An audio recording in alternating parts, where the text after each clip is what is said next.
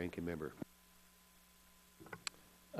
Thank you, Mr. Chairman. You know, a couple of years ago, Congress passed a really stupid law under the premise that it would never, ever be implemented. Well, I've been around here long enough to know that really stupid things often do get implemented, and that was the Budget Control Act and the sequestration provisions. And we're here today to find out why Congress, and many here probably, voted for a law that imposed sequestration on the government, that sequestration had a detrimental impact on critical programs. Well, you create a bad law, administration applies the bad law, particularly when you restrict the ways in which the cuts can be made. They're across the board by account. And when you delegate, when this all gets to OMB, referred to by my former colleague, our former colleague Al Swift from Washington State when I was early on and having problems with OMB, said, oh, DeFazio, don't you know, they're the trolls under the bridge that come out and chew on your leg.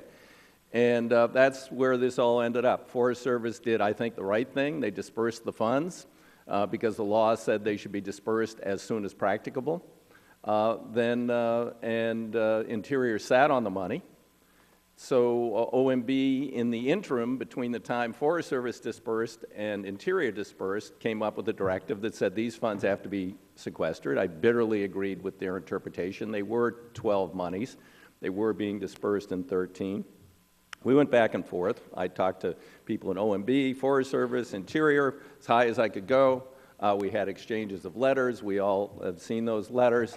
In the end, OMB prevailed, and the Forest Service was required to ask for the money back. A really bad result for struggling counties. And if, you know, we have something in common here today.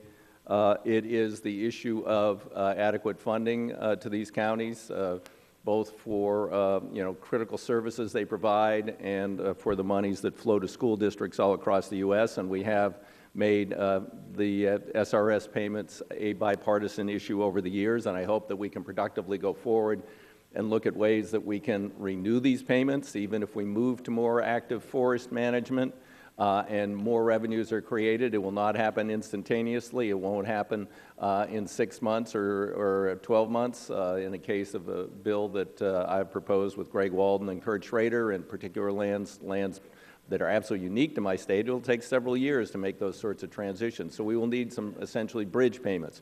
So we would more productively be here today trying to figure out a way to continue the authorization of SRS, how to fund SRS, and how to practically look at more active forest management. Instead, we're going to have a little show here. The committee was informed over a week ago that these other people would not be coming. That they did send the Assistant Secretary, and he is versed in the issue, and I believe can answer any questions that are pertinent and relevant. I think I already summarized what actually happened. It's nothing really to investigate here. But we can waste a couple hours on it instead of doing something proactive to try and figure out how we are going to better provide for counties, schools, and economic activity in rural areas. That's the way it is. So here we are. Let's go forward.